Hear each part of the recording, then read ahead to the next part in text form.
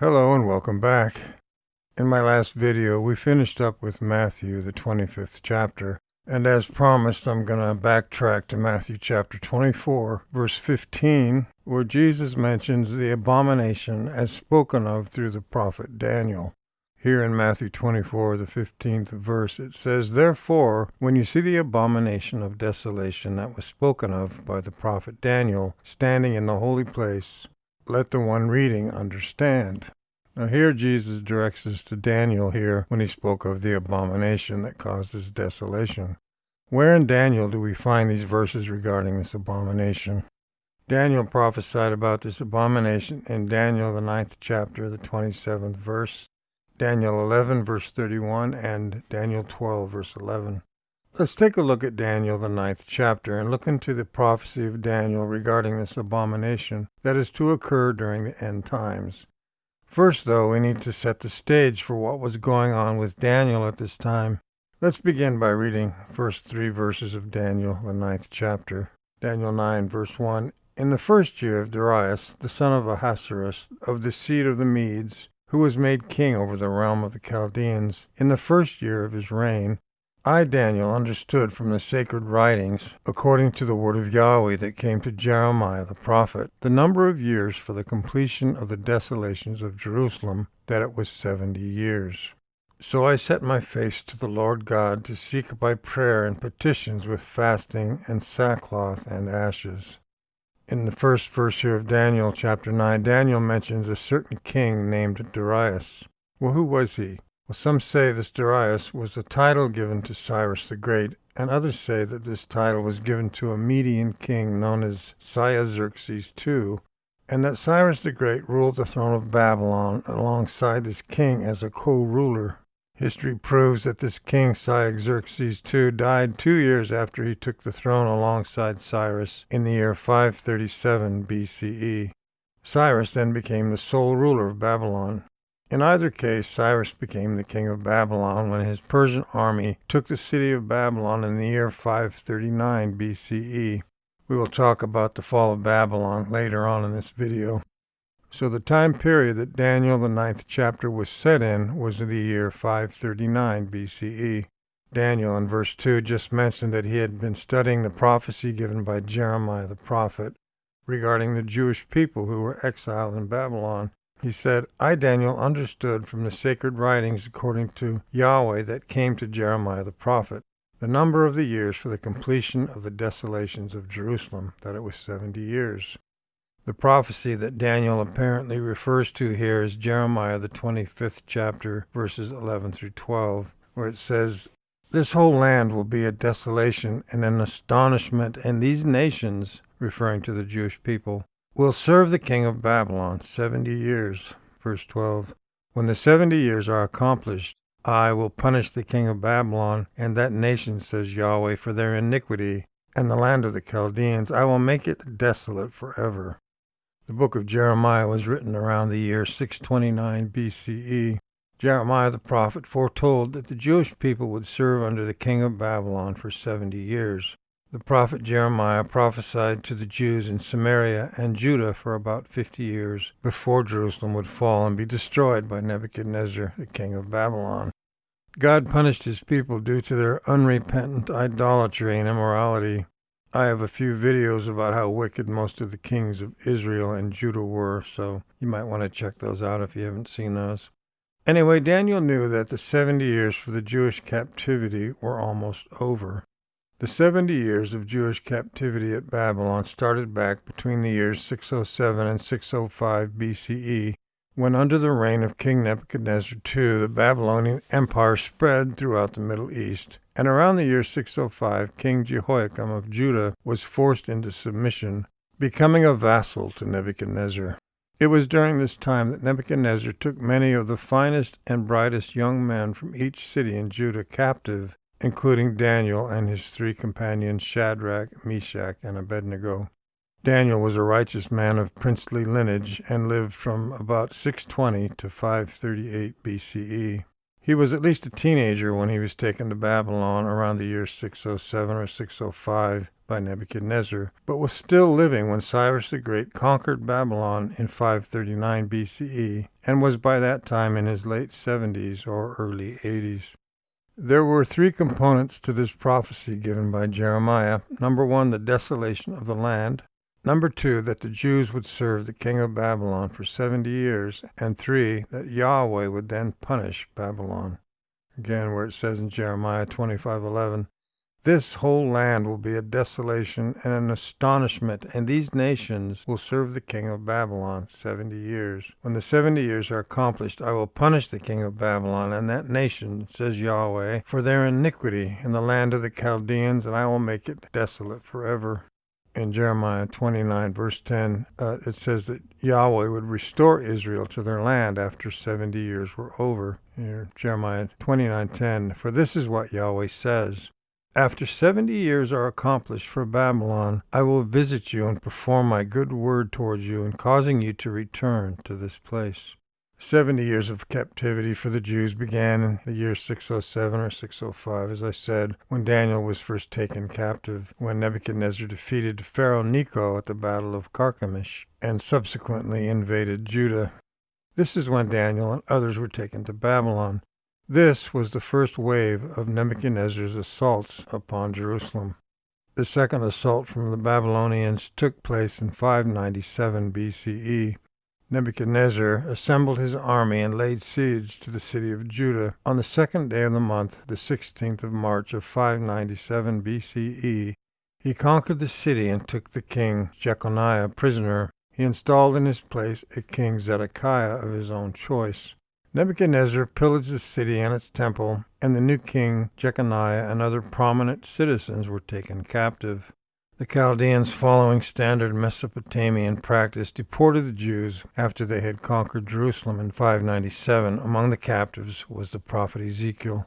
The deportation of the Jews was large, but certainly didn't involve the entire nation. Somewhere around 10,000 people were forced to relocate to the city of Babylon, the capital of the Chaldean Empire. The third and final attack upon Jerusalem by Nebuchadnezzar occurred in 587-586 BCE, where Jerusalem falls and the nation is exiled. Nebuchadnezzar previously installed Zedekiah as vassal king of Judah in 597. However, Zedekiah revolted against Babylon and entered into an alliance with Pharaoh Hophra, the king of Egypt. Nebuchadnezzar responded by invading Judah for the third and last time. Nebuchadnezzar began the siege of Jerusalem in December 589 BCE. During this siege, the duration of which was either 18 or 30 months, the Bible describes the city as enduring horrible deprivation. In 2 Kings 25, verse 3, it says, "On the 9th day of the 4th month, the famine was severe in the city, so that there was no bread for the people of the land. Then a breach was made in the city, and all the men of war fled by night by the way of the gate between the two walls that was by the king's garden. Now the Chaldeans were against the city around it. And the king went by the way of Arabah, but the army of the Chaldeans pursued after the king and overtook him in the plains of Jericho, and all his army was scattered from him. Then he took the king and carried him up to the king of Babylon, to Riblah, and they gave judgment on him. They killed the sons of Zedekiah before his eyes, and put out the eyes of Zedekiah, and bound him in fetters, and carried him to Babylon." The Bible book of Lamentations describes also the suffering of the Jews in this siege against the city. Strong evidence from both inside and outside the text of Lamentations points to the prophet Jeremiah as the author of that book. Jeremiah lived in Jerusalem through this terrible siege of 586 BCE and was an eyewitness to the destruction at the hands of the Babylonians. Jeremiah saw with his own eyes the starvation of children and the painful deaths of his fellow Jews, as he writes in Lamentations chapter 4, verse 4. It says, "The tongue of the nursing child clings to the roof of his mouth for thirst. The young children ask for bread, and no man breaks it to them." Children suffer the most in a famine, and throughout history, famine has been one way God has dealt with those who worship false gods. If there is no bread, there is no way to feed the children, obviously. Well, this famine occurred also in the fall of Jerusalem in 70 AD, as you might have seen in my past videos. We discussed that. It's very sad how the Jews' disobedience and stubbornness affected their innocent children. Lamentations 4 verse 5 goes on, "Those who fed delicately are desolate in the streets.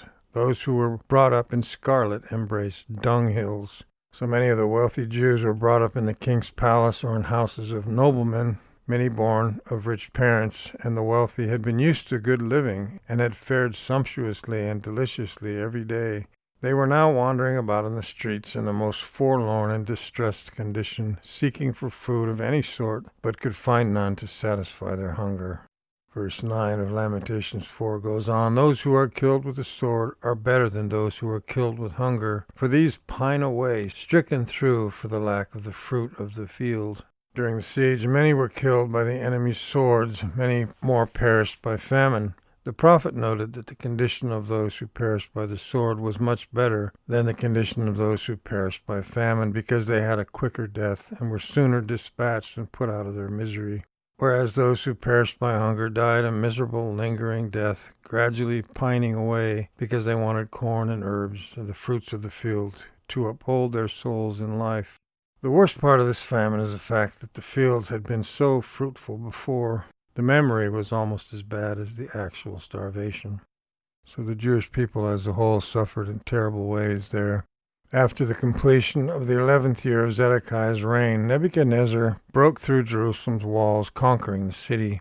After the fall of Jerusalem, the Babylonian general Nebuzaradan was sent to complete its destruction. Jerusalem was plundered, and Solomon's temple was destroyed, and many thousands were killed. Most of the elite were taken into captivity in Babylon. The Jewish survivors were hauled across the Syrian desert to Babylon, many of them perishing along the way. The southern kingdom of Judah had ceased to exist. The monarchy had ended, and this marked the end of the First Temple period. Jerusalem was burned, and the walls of the city were torn down. All military, civil, and religious leaders were either executed or carried away into captivity. Only the poorest of the peasants of Judah were allowed to remain in the land, which was by now a place of complete desolation. So the Jews were captive to Babylon from the year 607-605 BCE all the way through the year 537, when Cyrus the Great, after conquering Babylon, made the decree to set the Jews free. This was 70 years of captivity, as foretold by Jeremiah. However, the land was also to rest for 70 years. Well, why did the land need to rest? Remember, Jeremiah chapter 25 said that the land would be a desolation. In 25 verse 11, "This whole land will be a desolation and an astonishment, and these nations, the Jewish people, will serve the king of Babylon 70 years. The book of 2 Chronicles, chapter 36, speaks about the land. The book of 2 Chronicles covers the time from Solomon's ascension to the throne in 971 BCE until the southern kingdom of Judah was finally carried into exile in Babylon in 586 BCE. The prophet Ezra is thought to have written the books of 1st and 2nd Chronicles. But here in 2 Chronicles chapter 36, verse 21, it talks about the land. It says, "To fulfill the word of Yahweh by the mouth of Jeremiah, until the land had made up for its Sabbaths. As long as it lay desolate, it kept Sabbath to fulfill 70 years. God had commanded Israel to observe a Sabbath for the land, allowing it to rest every 7 years. In Exodus 23, we can read that, starting in verse 10. "For 6 years you will sow your land and will gather in its increase. But the 7th year you are to let it rest and lie fallow, so that the poor of your people may eat, and what they leave the animals of the field may eat. You are to deal with your vineyard and with your olive grove in the same way." So they were commanded to allow the land to rest every 7th year, but the Jews didn't follow through with that for many years. This is also mentioned in Leviticus chapter 25, 2 through 4. It says, "Speak to the sons of Israel and say to them, when you come into the land which I shall give you, then the land shall have a Sabbath to the Lord. 6 years you shall sow your field, and 6 years you shall prune your vineyard and gather in its crop. But during the 7th year the land shall have a Sabbath rest, a Sabbath to the Lord. You shall not sow your field nor prune your vineyard." So these Sabbaths of the land were commanded by God. The Jewish people lived on the Promised Land for a little over 800 years. from around the year 1406 BCE, when they entered the Promised Land and took possession of it, until the destruction of Jerusalem in 586 BCE. The people of the 10-tribe kingdom of Samaria and Judah combined had disobeyed God and had not practiced the 7-year Sabbaths or the 50th year Jubilee Sabbath to let the land rest. As mentioned in Leviticus, the 25th chapter, speaks about the Jubilee Sabbath. It says, verse 10, Leviticus 25:10, "You shall consecrate the 50th year and proclaim liberty throughout the land to all its inhabitants. It shall be a jubilee for you, when each of you shall return to his property, and each of you shall return to his clan. That 50th year shall be a jubilee for you. In it you shall neither sow nor reap what grows of itself, nor gather the grapes from the undressed vines." The Jews ignored God's commands and denied the land its Sabbaths over a period of some 490 years, meaning that they owed the land 70 Sabbaths. God took the years back during the Babylonian exile from the year 586 BCE, when the temple was destroyed by Nebuchadnezzar, all the way through the year 516 BCE, when the temple was finally rebuilt again. So those were the 70 years that the land lay desolate.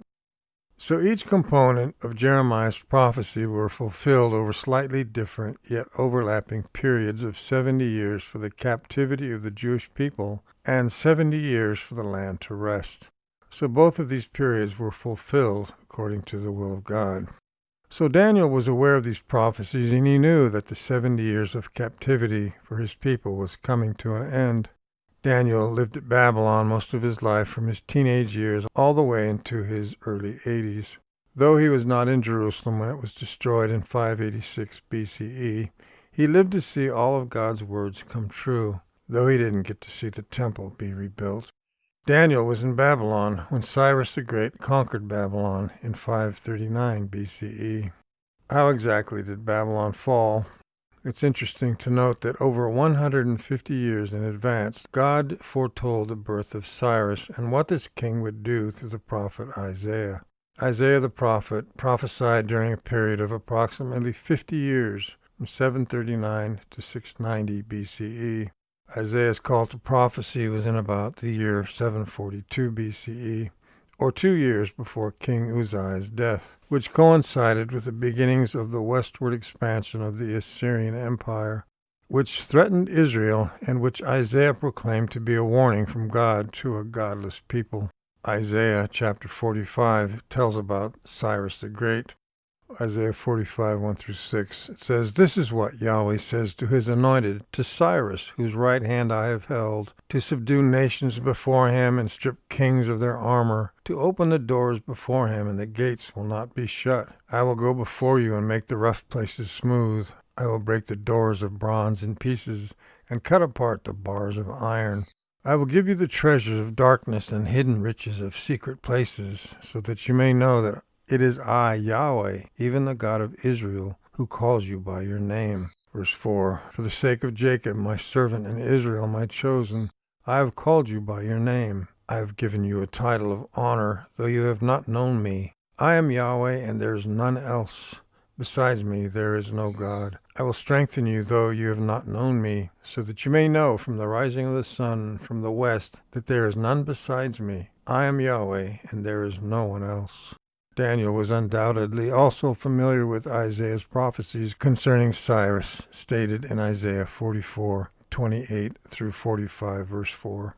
Daniel lived to see the prophecy of Isaiah come to pass regarding Cyrus the Great as he conquered the city of Babylon in one night. During the month of October of 539 BCE, King Belshazzar, who was co-regent with his father, King Nabonidus, began a celebration to the Babylonian gods by desecrating the gold and silver vessels taken from the temple of God in Jerusalem by King Nebuchadnezzar in 586 BCE. This account is mentioned in Daniel chapter 5, verse 1 here. It says, "Belshazzar the king made a great feast to 1,000 of his lords, and drank wine before the 1,000.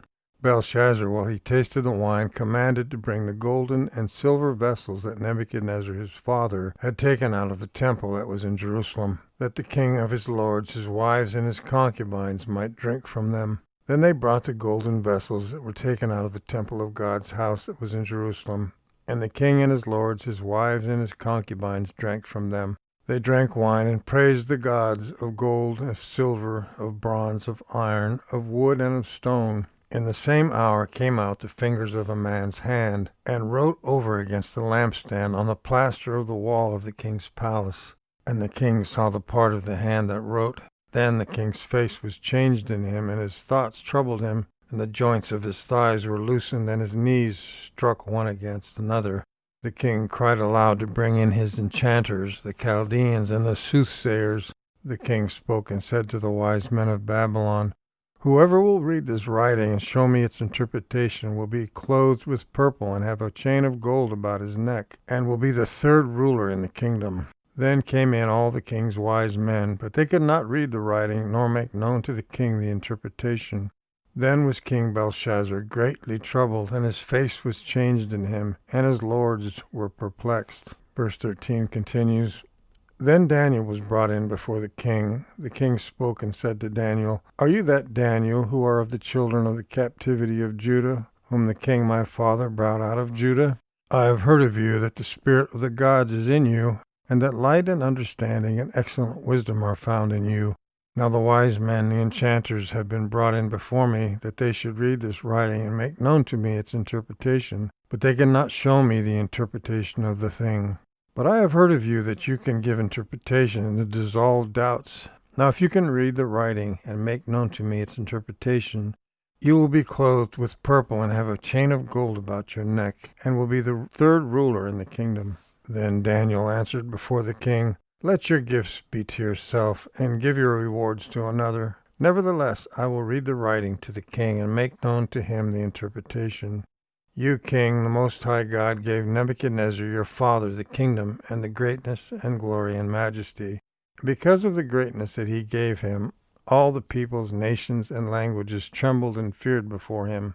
Whom he would he killed, and whom he would he kept alive, and whom he would he raised up, whom he would be put down. But when his heart was lifted up, and his spirit was hardened, so that he dealt proudly, he was deposed from his kingly throne, and they took his glory from him. And he was driven from the sons of men, and his heart was made like the animals, and his dwelling was with the wild donkeys. He was fed with grass like oxen, and his body was wet with the dew of heaven, until he knew that the Most High God rules in the kingdom of men, and that he sets up over it whomever he will. You, his son Belshazzar, have not humbled your heart, though you knew all this, but have lifted up yourself against the Lord of heaven, and they have brought the vessels of his house before you, and you and your lords, your wives, and your concubines have drunk wine from them, and you have praised the gods of silver, and of gold, of bronze, iron, wood, and stone, which do not see, nor hear, nor know, and the God in whose hand your breath is, and whose all your ways you have not glorified. Then was the part of the hand sent from before him, and this writing was inscribed. This is the writing that was inscribed, Mene, Mene, Tekel, Upharsin. This is the interpretation of the thing. Mene, God has numbered your kingdom and brought it to an end. Tekel, you are weighed in the balances and are found lacking. Perez, your kingdom is divided and given to the Medes and the Persians. Then commanded Belshazzar, and they clothed Daniel with purple, and put a chain of gold about his neck, and made proclamation concerning him that he should be the third ruler in the kingdom. In that night Belshazzar the Chaldean king was slain. Darius the Mede received the kingdom, being about 62 years old. So Daniel was there to see Cyrus the Great take the throne of Babylon. Cyrus the Great conquered Babylon with a brilliant military strategy. Cyrus managed to conquer the unconquerable, as it was said that Babylon's walls could not be penetrated. During the military engagement known as the Battle of Opis, Cyrus understood that they could never break through the walls of Babylon. So he waited until the Babylonians had a national feast where they would be unsuspecting of an attack. Cyrus had his men divert the water of the Euphrates River until the water was only hip deep, low enough to wade across. Cyrus took control of the city with virtually no fight. Babylon then came under the control of the Persian Empire. So now we have a clear understanding of what was going on when Daniel began praying to God in verse 4 of Daniel, the 9th chapter. Cyrus the Great had just conquered Babylon, and Daniel knew that the 70 years of captivity of his people was at an end. So let's continue reading in chapter 9, starting with verse 4, where we left off. Daniel begins to pray to God. He says, I prayed to Yahweh my God and made confession and said, O Lord, the great and awe-inspiring God, who keeps the covenant and covenant loyalty with those who love him and keep his commandments, we have sinned and done wrong and acted wickedly and rebelled, even turning aside from your precepts and from your ordinances. And we have not listened to your servants, the prophets, who spoke in your name to our kings, our leaders, and our fathers, and to all the people of the land. Lord, righteousness belongs to you, but shame is on our face this very day. To the men of Judah, and to the inhabitants of Jerusalem, and to all Israel who are near, who are far off, through all the countries where you have driven them. Because of their trespasses, they have trespassed against you. Lord, shame is on our face, on our kings, on our leaders, and on our fathers, because we have sinned against you. To the Lord our God belong mercies and forgiveness, for we have rebelled against him, nor have we obeyed the voice of Yahweh our God, to walk in his laws that he set before us, his servants, the prophets. So Daniel continues on in his lengthy prayer to Yahweh, all the way through verse 19 here, when suddenly Daniel was approached by an angel. Verse 19 here it says, O Lord, hear, O Lord, forgive. Lord, listen and act for your own sake, O my God. Do not delay, because your city and your people are called by your name. While I was speaking and praying and confessing my sin and the sin of my people Israel, and presenting my supplication before Yahweh my God for the holy mountain of my God, yes, while I was speaking in prayer, the man Gabriel, whom I had seen previously in the vision, came to me in my extreme weariness about the time of the evening offering. He instructed me and talked with me and said, Daniel, I have now come out to give you wisdom and understanding. At the beginning of your petitions a word went out, and I have come to tell it to you, for you are greatly beloved. Therefore consider the matter and understand the vision. So after Daniel's praying, begging Yahweh to forgive and restore the nation of Israel, here the angel Gabriel shows up and speaks to Daniel about a period of 70 weeks of years.